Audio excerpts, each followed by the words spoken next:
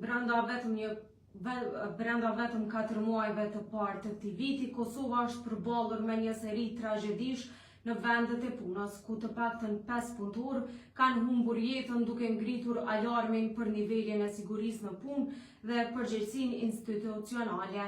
Rasti më i fundit ndodhi sot në Ferizaj, ku një punëtor humbi jetën pasi dyshohet se ra nga kati 6 i një objekti ndërtimi. Ngjarja tronditse vjen si vazhdim i një serie incidentësh të rënda që kanë ndodhur në sektor të ndryshëm. Vetëm pak ditë më parë në fshatin Strelci Olët i Pejës, një aksident tjetër, një punëtor i Druri përfundoi me vdekjen e një punëtori pasi drasa tran mbi të dhe një koleg të tij.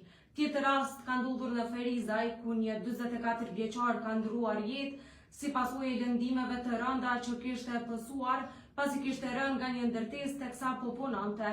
Një tjetër rast tragjik u regjistrua në kompleksin Kosova B në Obiliq, ku një punëtor humbi jetën pasi u godit nga një kamion. Po ashtu në rrugën Ferizaj-Prishtinë, një punëtor vdiq pasi një billboardi ra në kokë gjatë vendosjes.